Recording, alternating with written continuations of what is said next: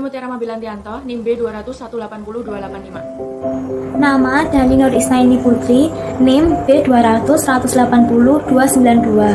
Perkenalkan, nama saya Isma Rinanda, NIM B200180292. Individu dalam organisasi. Yang pertama, organisasi rasional.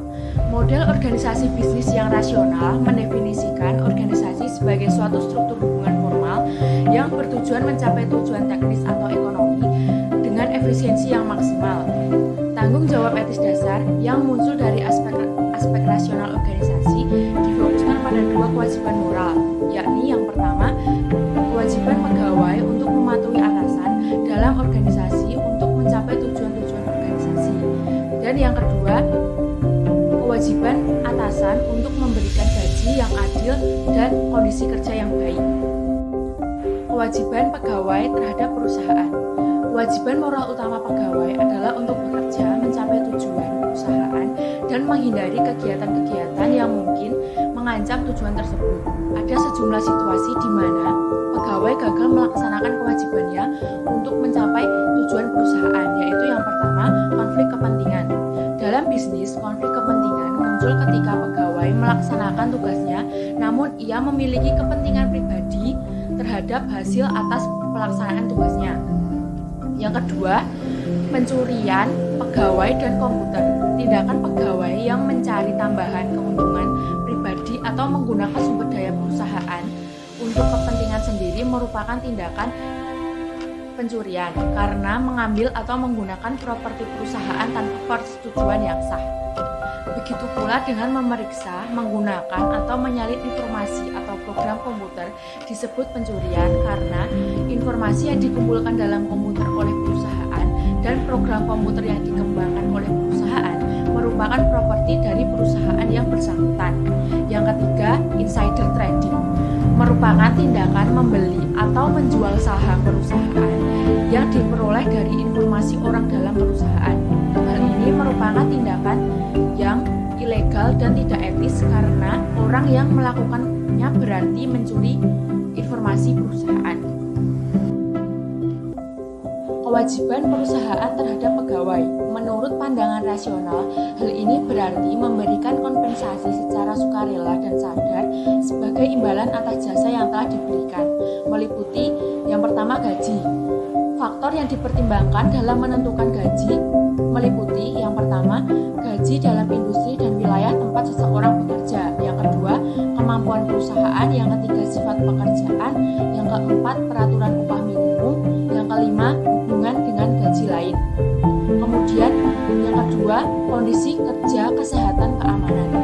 Secara khusus, perusahaan memiliki kewajiban. Yang pertama, perusahaan wajib menawarkan gaji yang merefleksikan prevalensi risiko premi dalam pasar kerja yang serupa, namun kompetitif.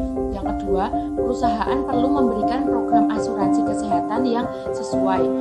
Yang ketiga, perusahaan perlu mengumpulkan informasi tentang bahaya kesehatan dalam perusahaan dan menyebarkan informasi tersebut kepada pegawai. Kemudian yang ketiga, kondisi kerja, kepuasan kerja. Hartman, Oldham, Jensen, dan Perdi menyatakan bahwa ada 3 determinan kepuasan kerja. Yang pertama, arti yang dialami. Yang kedua, tanggung jawab yang dialami. Yang ketiga, pengetahuan akan hasil.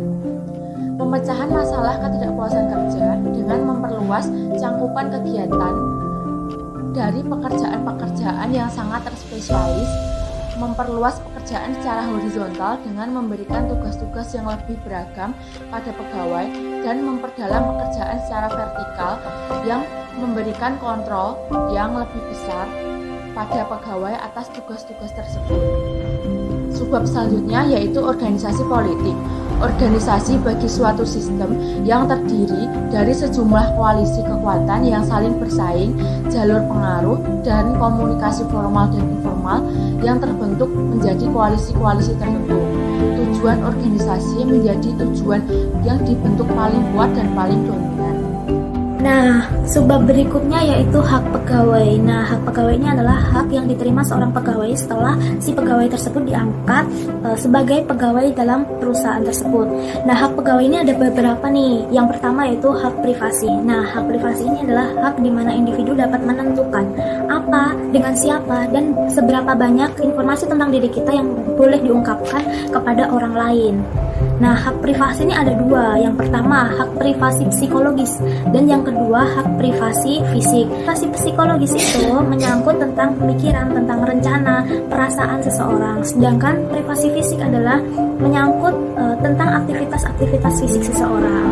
Setelah hak privasi, yang kedua ada hak kebebasan suara hati.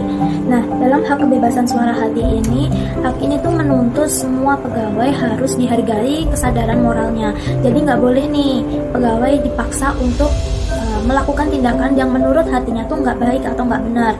Nah, jadi pegawai itu harus bebas, dibiarkan bebas untuk memilih apa yang dianggap baik gitu. Lalu yang ketiga ada whistleblowing. Whistleblowing ini adalah suatu tindakan yang dilakukan oleh pegawai atau mantan pegawai untuk mengungkapkan kesalahan atau tindakan yang merugikan yang dilakukan suatu perusahaan tersebut. Nah, whistleblowing ini ada whistleblowing internal maupun eksternal. Kalau whistleblowing internal itu mereka mengadukannya ke atasannya. Pokoknya masih pegawainya. Sedangkan whistleblowing yang eksternal itu kita mengadukan ke pemerintah atau surat kabar dan lain-lainnya.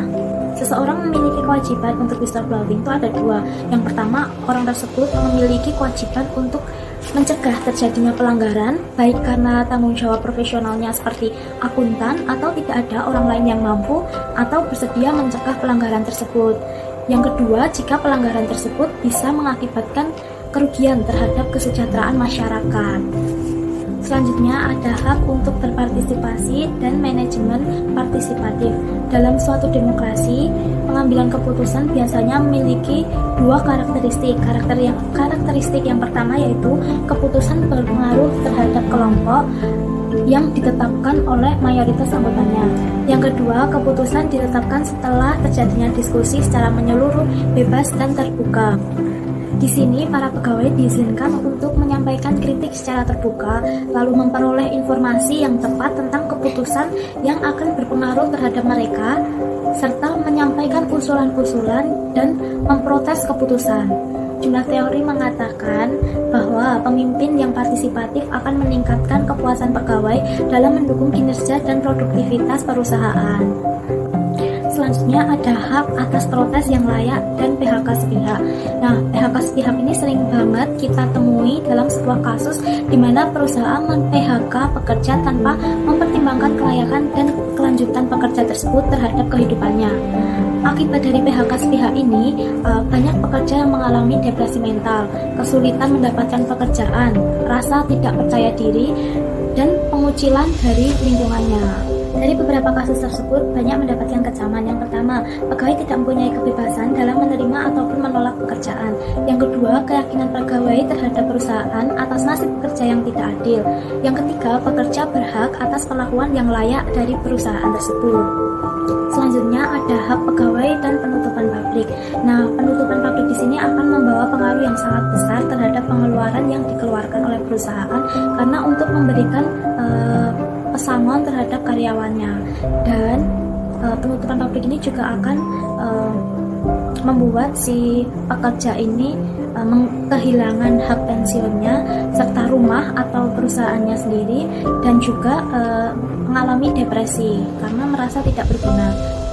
Di antara hak-hak pegawai yang berhubungan tentang penutupan pabrik yang harus dihormati adalah hak untuk diperlakukannya sejauh yang telah mereka setujui secara sadar dan sukarela.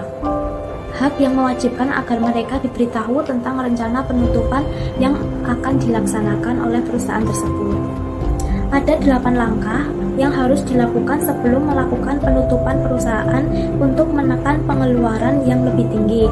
Yang pertama adalah pemberitahuan sebelum penutupan 8-12 bulan agar para pegawai juga bersiap-siap. Yang kedua adalah pesangon. Perusahaan juga harus menyiapkan pesangon-pesangon yang akan diberikan oleh para pegawainya. Yang ketiga yaitu pensiun lebih awal. Yang keempat adalah jaminan kesehatan. Yang kelima, transfer tempat kerja. Jadi para pegawai ini harus atau bisa ditransfer ke tempat kerja yang lain. Yang keenam adalah pelatihan kembali kepada pekerja untuk di tempat yang tepat yang baru. Yang ketujuh, memberikan kesempatan pada pegawai melalui serikat pekerja untuk membeli perusahaan. Yang kedelapan, pembayaran pajak lokal. Yang terakhir, serikat pekerja dan hak untuk berorganisasi. Hak untuk berorganisasi bagi pekerja seperti pemilik perusahaan yang berhak dengan bebas menjalin hubungan untuk mendirikan dan menjelaskan suatu tujuan secara moral yang sah. Nah, untuk memfasilitasi hak pekerja dalam perusahaan, maka terbentuklah serikat pekerja yang berorientasi kepada kemajuan dan kepentingan semua pihak.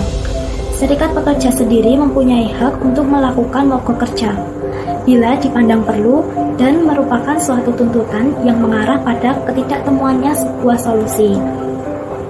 Nah, ada beberapa faktor yang berkaitan dengan penurunan keanggotaan serikat pekerja, di antaranya yang pertama, jumlah pekerja kerah putih dan pekerja perempuan. Yang kedua, perubahan yang mengarah kepada industri jasa. Yang ketiga, turunnya kepercayaan diri para manajer. Yang keempat, penggunaan taktik ilegal untuk mengalahkan usaha serikat pekerja. Nah, selanjutnya akan dijelaskan oleh teman saya Ismarinanda.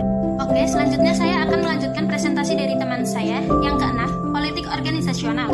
Hambatan etis atas penggunaan kekuasaan formal ini sebagian besar didasarkan pada perspektif moral, hak atas privasi, proses yang layak, kebebasan suara hati, dan persetujuan semuanya dapat diformalisasikan dalam organisasi dengan merumuskan dan menerapkan peraturan undang-undang dan prosedur, seperti halnya hubungan kekuasaan yang juga diformalisasikan.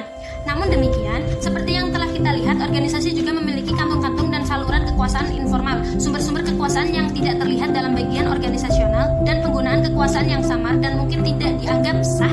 Kita sekarang beralih pada bagian penting dalam organisasional, yaitu politik organisasional. Yang pertama, taktik dalam organisasi. Karena politik organisasional bertujuan untuk mencapai kepentingan individu atau kelompok, misalnya memperoleh promosi, kenaikan gaji, atau anggaran status, atau bahkan kekuasaan yang lebih besar dengan menggunakan kekuasaan non-formal atau kelompok, maka individu-individu politik cenderung menutupi maksud dan metode mereka. Fakta bahwa taktik politik biasanya tersembunyi memiliki arti bahwa taktik tersebut sangat mungkin mengandung unsur penipuan atau manipulasi. Berikut taktik-taktik yang mereka laporkan: menyalahkan atau menyerang pihak lain, mengandalkan informasi, mengembangkan dukungan bagi gagasan seseorang, membangun image, menjalin hubungan dengan pihak yang berpengaruh, membentuk koalisi kekuasaan dan mengembangkan aliansi yang kuat, dan menciptakan kewajiban. 2. Etika taktik politik. Taktik politik bisa digunakan untuk mencapai kepentingan pribadi dengan mengorbankan kepentingan organisasi dan kelompok, bisa menjadi tindakan manipulasi dan penipuan, serta sangat merugikan pihak-pihak yang hanya sedikit atau tidak memiliki kekuasaan dan keahlian politik. Namun demikian, taktik politik juga dapat digunakan untuk tujuan-tujuan organisasi dan sosial, kadang diperlukan untuk melindungi yang lemah, dan kadang merupakan satu-satunya pertahanan yang dimiliki untuk menghadapi pihak-pihak lain. Dilema bagi individu dalam suatu organisasi adalah mengetahui batas-batas yang memisahkan taktik politik yang sah dan perlu dilakukan dengan taktik yang tidak etis. Selanjutnya, organisasi yang penuh perhatian. Aspek kehidupan organisasional tidak cukup baik digambarkan dalam model kontraktual yang merupakan dasar dari organisasi rasional ataupun dengan model kekuasaan yang mendasari organisasi politik. Mungkin aspek tersebut paling tepat digambarkan sebagai organisasi yang penuh perhatian, di mana konsep-konsep moral utamanya sama dengan konsep yang mendasari etika memberi perhatian. Jenny Emlit menggambarkan organisasi semacam itu sebagai organisasi atau bagian organisasi di mana tindakan memberi perhatian merupakan: 1. Difokuskan sepenuhnya pada individu, bukan kualitas, keuntungan, atau gagasan-gagasan yang lain yang saat ini banyak dibicarakan.